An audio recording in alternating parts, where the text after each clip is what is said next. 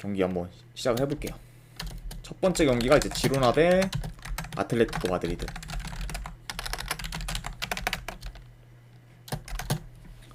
자, 일단은 최근 아틀레티코 마드리드 같은 경우에는 패가 없는 상황입니다.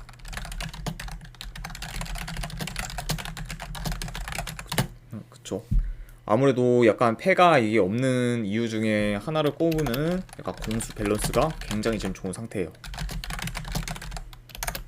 어느 정도 지금 일단은 공수 밸런스가 좋다 보니까 공격 쪽이든 수비 쪽이든 불안한 구석이 없고, 그리고 공수 전환도 굉장히 빨라서 역습에도 지금 잘 안 먹히고, 그러다 보니까 전체적으로 좀 좋은 결과를 내고 있죠, 아틀레티코 마드리드 입장에서.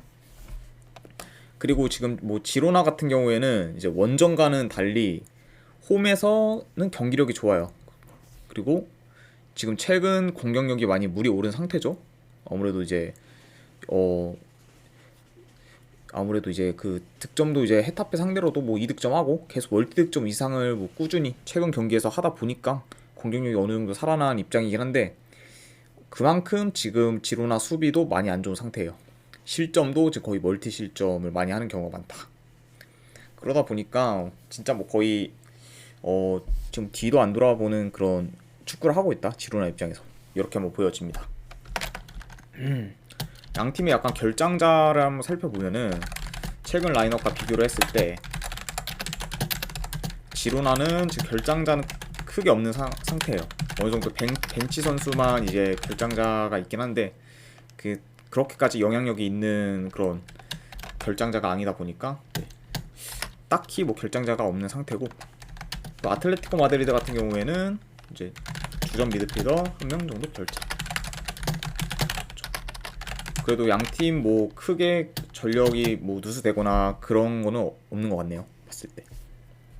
자, 일단은 전반적으로 양 팀 다 골 결정력이 지금 매우 좋은 상태입니다.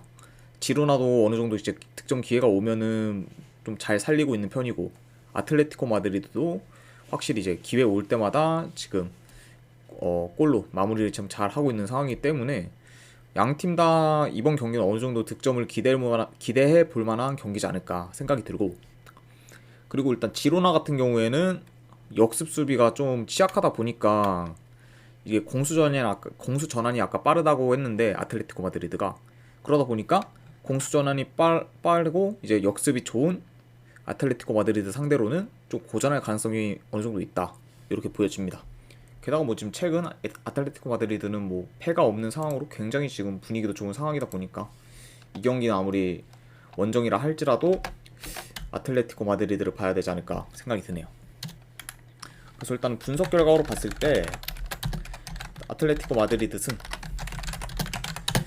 자, 그리고 원래 이제 고배당으로 뭐 이제 보통 아틀레티코 마드리드는 이제 햄물을 가져가는데, 지금 이게 햄물 가져가기도 살짝 애매한 게 지로나가 수비가 워낙 안 좋다 보니까 의외로 이거 아틀레티코 마드리드가 이긴다는 전제하에 대승을 할 가능성도 있기 때문에 이번 경기는 핸디캡은 패스하도록 할게요. 그리고 2.5 오바 그 대신 이렇게 한번 보도록 하겠습니다. 그 다음에 이제 세리에 A 경기, 벌써 이제 마지막 경기죠. AC 밀란 대 살레르. 일단 뭐 최근 원정에서 좀 피오렌티나한테 2실점을 해서 2대1로 졌습니다, 그 AC 밀란 같은 경우에. 하지만 뭐 AC 밀란 같은 경우에는 홈에서만 봤을 때는 지금 여전히 좋은 수비력을 가지고 있는 상태, 이렇게 지금 볼 수가 있죠. 홈에서는 거의 뭐 지금 실점을 안 하고 있는 상황이다 보니까 전반적으로 지금 AC 밀란의 약간 홈에서의 수비력은 아직까지 믿을만하다.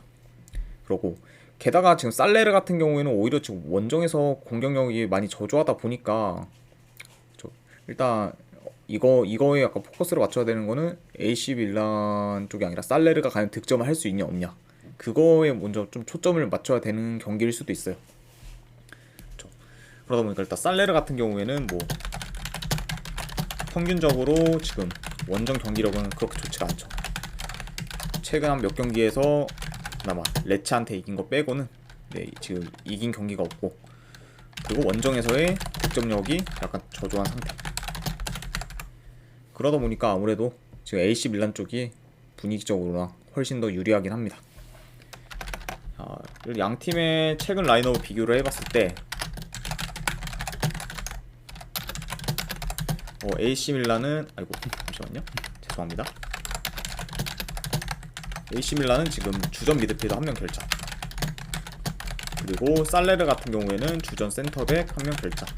양팀 다 주전급 선수들은 1명씩 결장이 돼 있는 상태고, 어느 정도 이제 경기 양상을 보면은 살레르보다는 좀 밀란이 볼 점유율을 주도할 가능성이 높아요. 왜냐면 밀란 자체가 볼을 약간 점유하면서 엄청 공격적인 그런 스타일이기보다는 좀 어느 정도 운영하면서 그냥 틈틈이 이렇게 공격하는 그런 스타일이기 때문에 이 경기는 아무래도 일단 밀란이 좀 볼 점유를 할 가능성이 크고, 그리고 최근에 이제 측면 공격, 지금 측면 공격이 어느 정도 밀란이 좋다 보니까, 최근 이제 측면 공격이 좋다 보니까 측면 수비가 좀 약한 살레르가 좀 수비하는데 좀 고전하지 않을까 예상이 됩니다.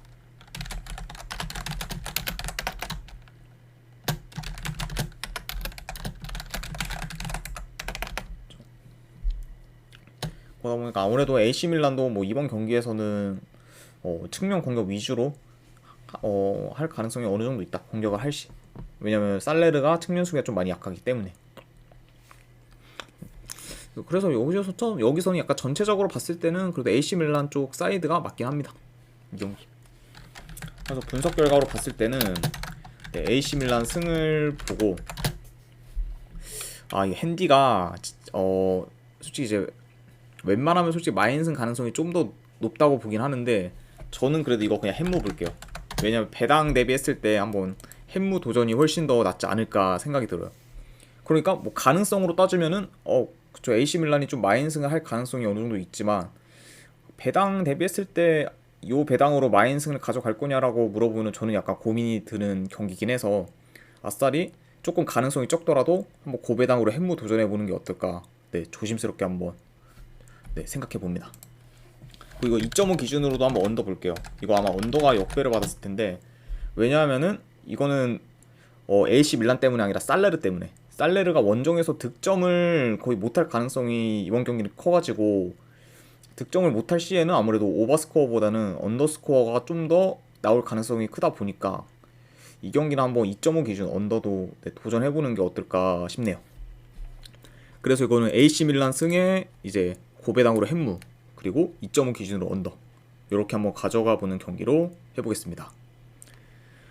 자, 일단은 분석 방송은 여기까지 오늘 끝났고, 이제 아무래도 평일에 좀 당분간 경기가 없다 보니까 조금 일찍 끝나는 점 약간 양해 부탁드립니다. 일단 지금까지 분석 방송 시청해 주셔서 대단히 감사드립니다. 감사합니다.